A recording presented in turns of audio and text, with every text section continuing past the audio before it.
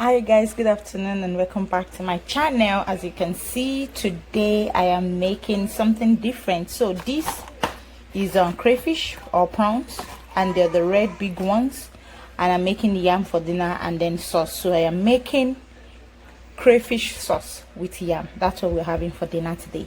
I want to show you how I make this and what make this taste different. I prefer this to eating yam and egg. To all my subscribers who are not Nigerian or who are not from Africa, if you want these, I will say you can Google any African shop in your area or in the country you live. You can get yam from an African shop, or you can replace this with potatoes. So you can also use potatoes, and you can also get these shrimps from African shop. I think you can only get the dry ones from African shop. So I've only rinsed it, and then I'll break them into pieces. I'll cut this into pieces, and then we cook. Stay tuned. So guys, as you can see, I have peeled my yam, washed it off, and then put it in the pot set on the stove. So the next thing I do now is I add my salt. I will say, if you follow this process, if you had, for example, 1 teaspoonful of salt, you should add 1 tablespoon of sugar. I know some people will be surprised that, seriously, who puts sugar in yam? I do. As a matter of fact, when you add sugar to your yam, it gives you a different taste that the yam you cook just with salt would not give you. It makes it sweeter. I know some people might say, oh, you are watching my weight or whatever.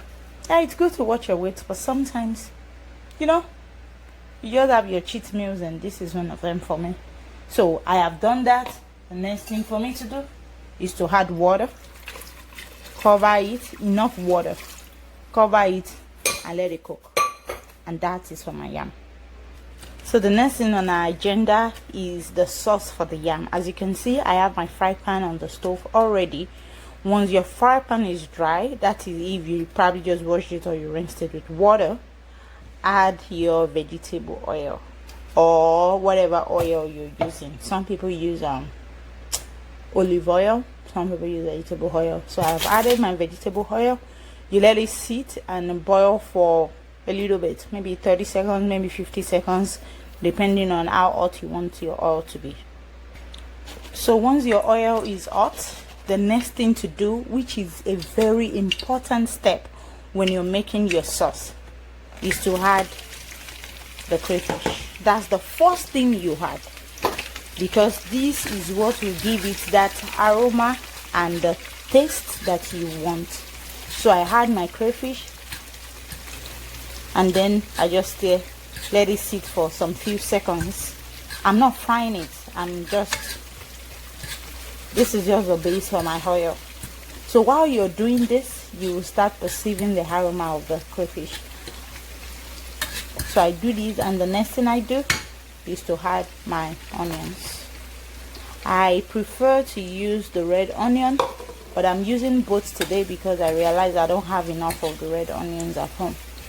Because red onions give your food, whatever you're cooking with, a sweeter taste. And then you let this cook for about a minute or a minute and a half. So far this has been frying for about 2.5 minutes, and as you can see, I added some chopped spring onions to my shrimp and onions. I am not because this will make any difference to your food or add any taste or whatever to it. I only use it because I have it at home and I don't want it to go bad. That's the only reason.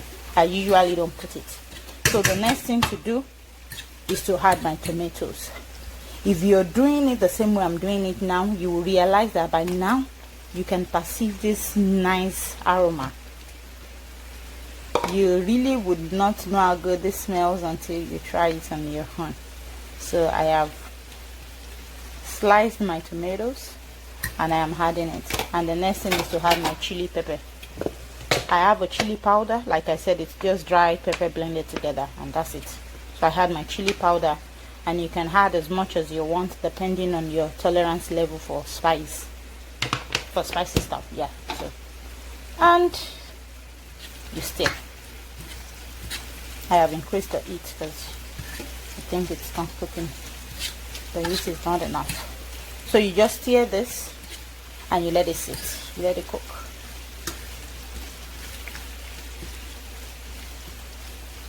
Oh, one more thing before I forget. Sorry, that's my plate and my spoon dropping. So one more thing before I forget. My favorite Maggi. Yep. You had about a teaspoonful or half teaspoonful depending on the amount of your sauce. So, but like I always say, be very careful not to put too much so that your food don't turn out salty. So I will suggest that you just keep adding it a little bit until you get enough. So you stir it together, you let it cook,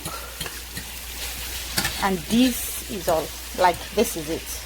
Trust me, I know it doesn't look fancy, but trust me, the taste is bomb. But you still have to let this cook for some time. So I'll leave this and come back to it while my yam is cooking. So you leave it on there.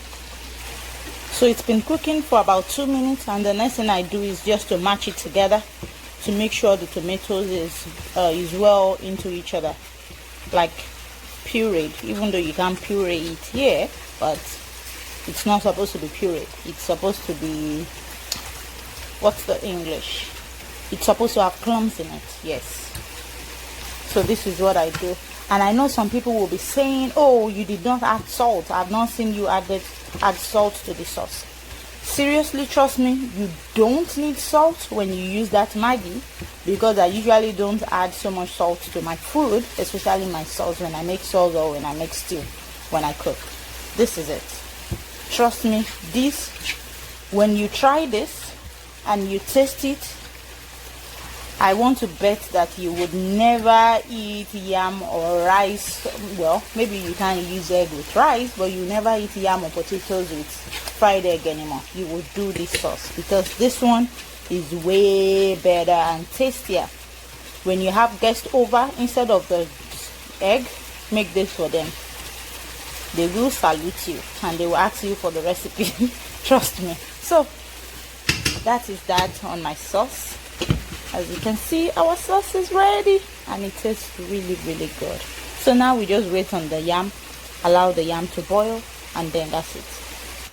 So for some reason I forgot to turn on the stove for the yam, and the yam is still in a very delicate state. As you can see, it's not cooked yet, but I cook my yam for about 45 minutes or an hour, depending on how dry the yam is, because I like yams that are very soft. So guys, this is it. This is dinner is served. Thank you for watching, and if you try this recipe, please leave me a comment in the comment section and let me know how it tastes. Thank you to all those who have subscribed. Once again, if you haven't subscribed, please, let's keep this subscription going. I need you to subscribe. Thank you very much. Turn on your notification. I will see you some other time, and I hope you enjoy this delicious